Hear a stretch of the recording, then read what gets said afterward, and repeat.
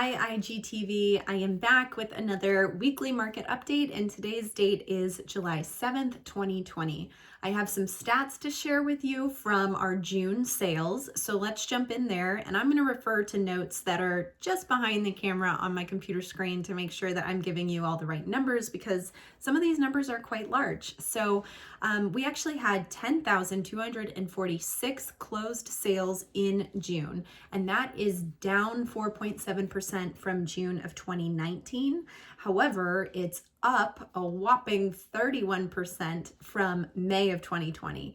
And all of this really makes sense. Our May sales were a little bit lower because a lot of those sales were going under contract in April, which was really the height of COVID and the stay-at-home orders. So we just had very little activity during that month.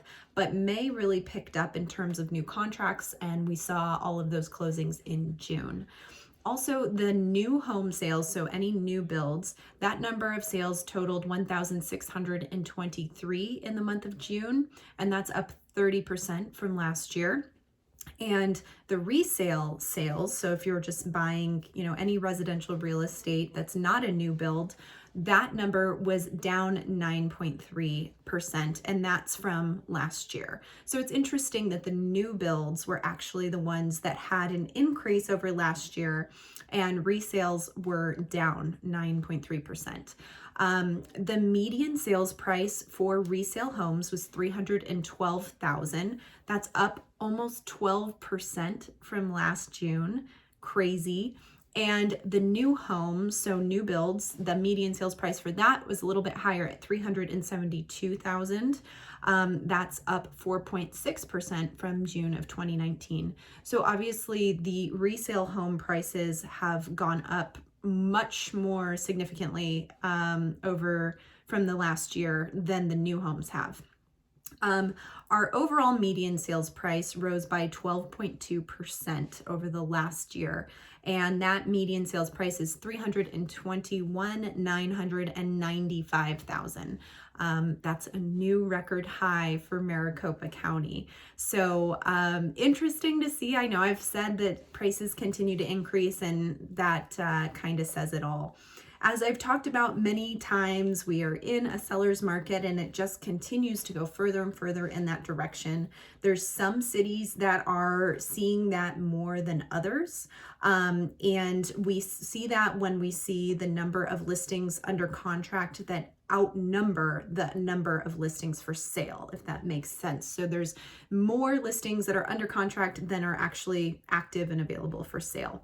That makes it very hard for buyers to find anything that that they can even offer on, let alone anything that they like, depending on what they're looking for. So some of the areas that are seeing the biggest effect of having more listings under contract than what's active are El Mirage, Chandler, Glendale, Surprise, and Phoenix. And these are all specific zip codes. So the zip code in Phoenix is 85043. That's seeing that the most.